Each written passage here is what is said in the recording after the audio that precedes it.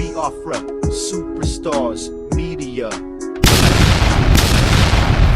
A human being being sliced into two. Can you imagine such a thing? Biafra is going to emerge as a nation.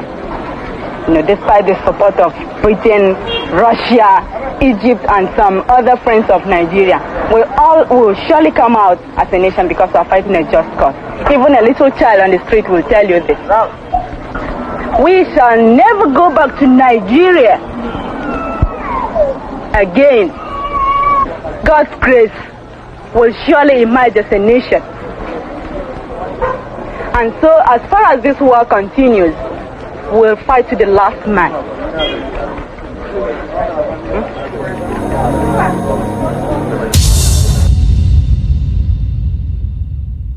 Ladies and gentlemen, my name is Biafra Superstars Media.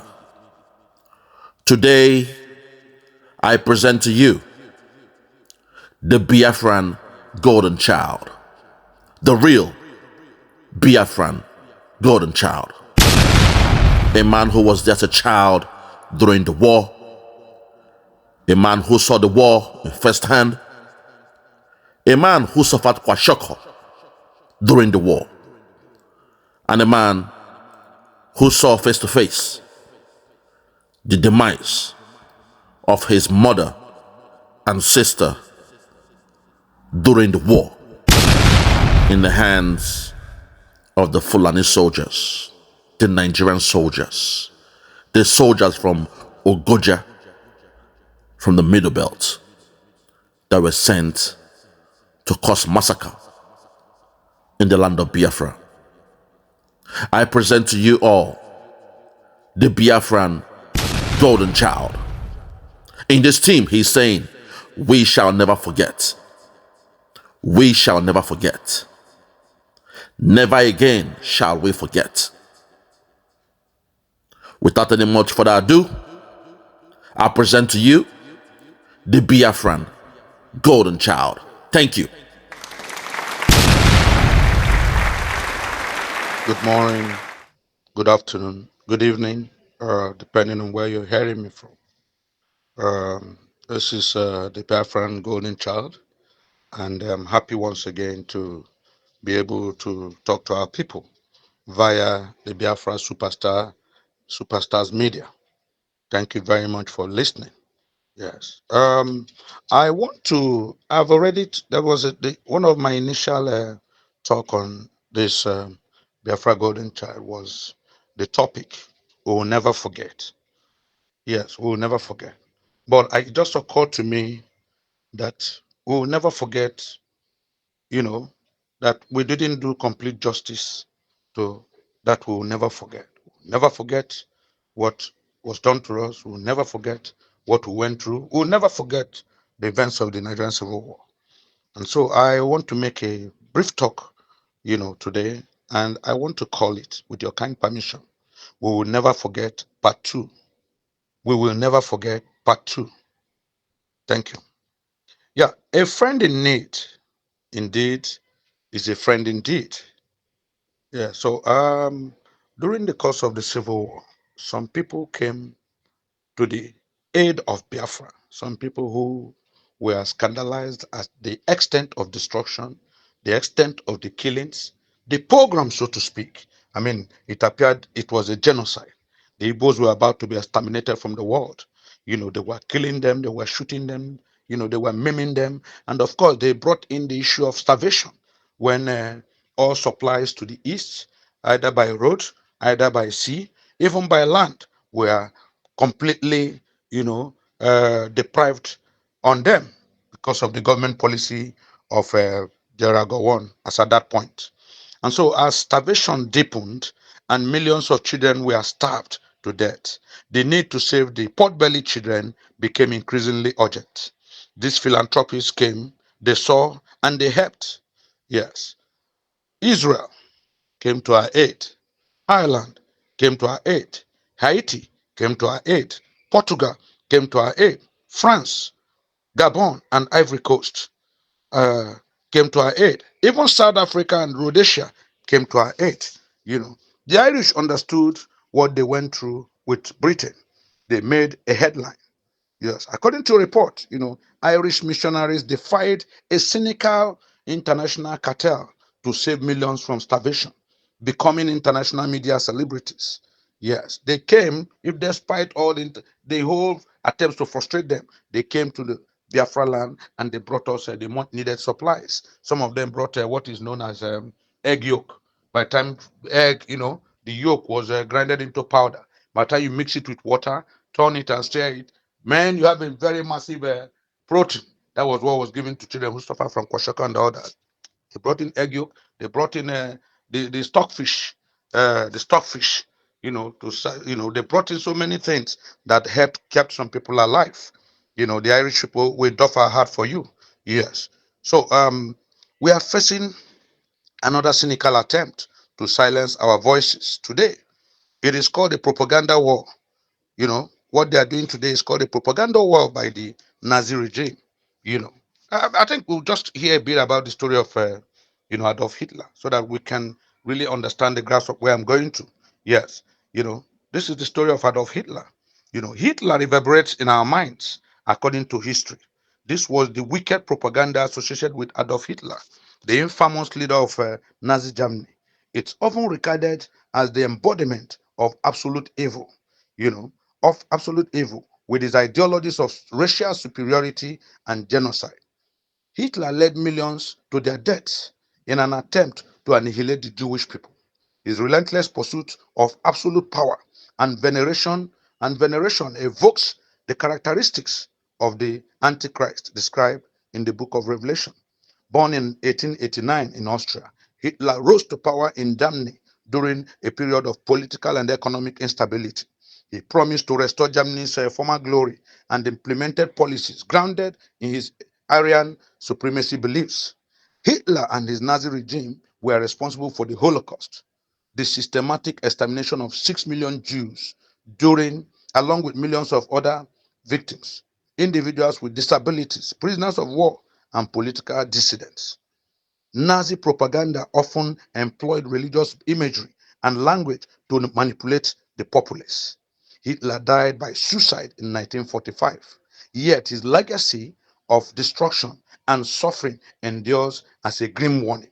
His quest for absolute power and rejections of spiritual values culminated in one of modern history's greatest tragedies. Hitler's rise and fall illustrates the peril posed by leaders who defy spiritual and ethical principles in their pursuit of domination and control. His story can be likened to the prophesied Antichrist, a malevolent leader who deceives and persecutes Christ's followers with both suffering, with both suffering, a tragic and inevitable demise. His tale underscores the pursuit of absolute power and rejection of spiritual values led to destruction and suffering. What does this mean to the Biafran community? Does this story remind you of the war against the Biafran people? You bet it does. It does. Think about what they are doing to our leader, Mazen Namdekanu, a prisoner of conscience. We thought that the brutal war ended over 50 years ago, but little did we know that the war did not end as far as Nigeria was concerned. The country has intensified the military offensive campaign to finish off the remnants of Biafra. To this day, the same tactics used against the Biafra people during the war was what Hitler used against the German Jews. It is a war shrouded in secrecy that keeps the world from assessing the true situations in our Biafran land. The same propaganda war used by the infamous Adolf Hitler against the Jewish people, the media propaganda war we find ourselves today, compares in all ramifications to the political violence against the German Jews and by extension the Biafran Jews. The current deadliest form of violence on the Biafran people, known as the propaganda machine, was the reason why millions of Biafran citizens lost their lives between 1967 to 1970. The Biafra people are hated and are systematically abused, eliminated, and ignored in the country called Nigeria. They face disparaging words from their neighbors, such as Nyamani, Kobo Kobo, Okoro. Chuku, Ojuku, etc. Even going as far as using the same time used by Hitler, and accusing the people of infiltrating all parts of the Nigerian state and taking over their lands. Just think for a moment about what is going on in Lagos. A grim reality of what the German Jews were accused of, just to starve them to death, destroyed because of jealousy and envy. The media tells the world otherwise and concocts a story that the stores demolished posed a great danger. They had some sort of structural issues. Most of us would have heard about several shops, thousands of shops being demolished in the market. How markets will suddenly, Lagos State government raises up one day, burns down the market, destroys the market, tells them that no, it has structural defense, it has this. These are people's money. Most times these shops are burnt and destroyed with the goods inside, goods all owned by the Igbo man, just to impoverish our people, to destroy our people. And the press will come and tell you that no, the is just the stores are demolished, structural defects, they pose environmental sanitation menace, blah blah blah. It's just unfortunate, really. Yes, the media gives a reason why the IPOB, this same media gives a reason why the IPOB was proscribed. That the IPOB was a proscribed group. The media describes the organization as terrorists, while romancing the real Fulani terrorists who are causing havoc in the country. We all know the truth. Give a dog a bad name in order to kill the dog or to hang him, as the English proverb says. A people who value the lives of humans, build nations, and have never lauded themselves over any human rights or abuses is the subject of this article. Still, the people are placed third. The Igbo man is placed third in all categories of geopolitical matters in Nigeria. They are never They have never been given any key positions in the country called Nigeria. Things have been this way since the British came to Nigeria and told the Fulanese, a foreign entity, that they were born to rule Nigeria. The British told the Fulanese, you are born to rule Nigeria. Hmm. Since then, the political arrangement has permanently shifted to the north. The president is from the west or north. The vice president is from the west or north. The number three position is someone from the east. For example, the Senate president. Over their dead body, would they appoint a Biafran to the seat of the president or even the vice president? For President Goodluck Jonathan, it was by accident and a rarity. He was just a replacement that was immediately tossed aside after his term was over. The Biafra people are not wanted as part of Nigerian state. The discrimination is one too many. For example, in the linguistic acronym, the Biafra people come third. Wazobia. Even with the coinage, the so-called coinage Nigeria brought to unify everybody, they said the language Wazobia. Wa is Yoruba, Zo is Hausa, Bia is Igbo. Even in that coinage, the Igbo man comes third. These are the people that the Nigerian government claims are part of one Nigeria. People stripped of all high positions in the Nigerian state. If they are part of one Nigeria, why are the Igbos constantly reminded or told to go back to their land every time they exercise their rights of ownership, particularly in the western and the northern parts of Nigeria? And why do we have to hear that slogan, to keep Nigeria one is a tax that must be done? That's self-evidence that keeping Nigeria one is impossible, a highly unlikely concept. No other country in the world has such a slogan. The innate hatred of the Biafra people is unstoppable. This is because Nigeria is a tribal country. The Biafra tribe is hated and loathed by Nigeria.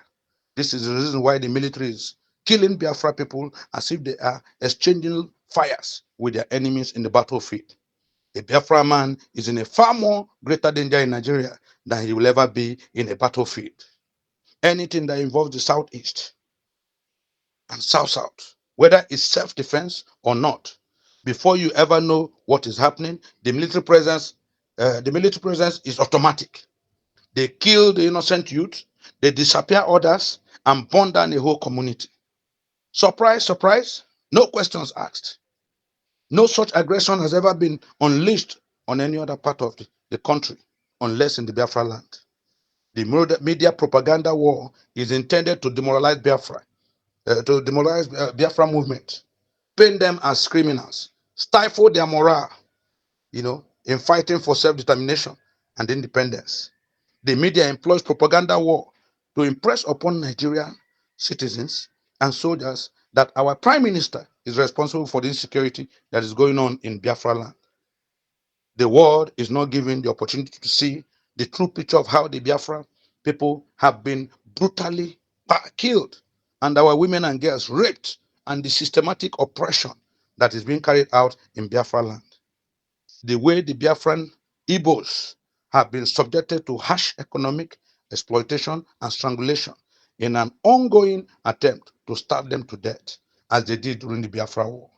Indeed, the media uses words like farmer-herder clash, while allowing the Fulani terrorists to kill the farmers and give them away and drive them away from their farmlands and then occupy their lands. This is the major cause of food shortage and the tumbling of Nigerian naira currency. These two wicked plans were employed to create the destruction of the Biafran people, whose God-given talents are willfully targeted. But destruction is for those who engage themselves in the battle of the spirit. Yes, Biafra is the spirit. The Biafra people who survived the most brutal war ever known to mankind are still grappling with the psychological trauma, or what's known as the PTSD, the post-traumatic stress disorders, because of what they witnessed during the war. Some survivors still remember the gruesome deaths of their grandparents, uncles, nieces, and those who died later because of starvation and isolation caused by the Nigerian war. Some of us today are walking dead because nobody knows when they will come for us. The world is kept in total darkness of all the genocidal killings that were going on in Biafra land. And even after it was announced that the war had ended, some young men and boys who came out to herald a new beginning were lined up and killed by the military in an execution style, whether it happened in Asaba, Aba, or elsewhere. No one was allowed to talk about it. It was all watered down as though it was a fairy tale. But thank God that today we are able to tell our story in the world. Enough is enough. When December 2nd, 2024 comes, the world will hear the name Simon Ekpa, the first Prime Minister of Biafra. The name will automatically pop up when you type the full names in your search bar. Our Onyendo, Mazi Nnamdi Kanu, has already established himself as a world leader. And when a jubilation, and what a jubilation it will be for all Biafran people at home and abroad. Finally, we will have some form of closure for our dead relatives, because we will never forget. Indeed, we will never forget what they did to us. Come December 2nd, 2024, let us all gather behind our great Prime Minister, Simon Ekpa, and with him, we sing the Biafra anthem in the new republic. God bless you all. Thank you.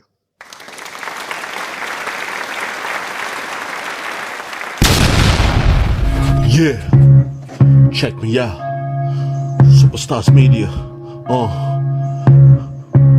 Lord Logan, Bloomington, Lord Logan, and it's wild Flora show. 1914 amalgamation is what we dying for. 3 nations to 1 nation, ever since annihilation. Nepotism is nonsense. You and you, clap your hands. Biafra gonna come, clap your hands. Biafra, Oduduwa, we're free now. Freedom is gonna come, we're free now. Yeah.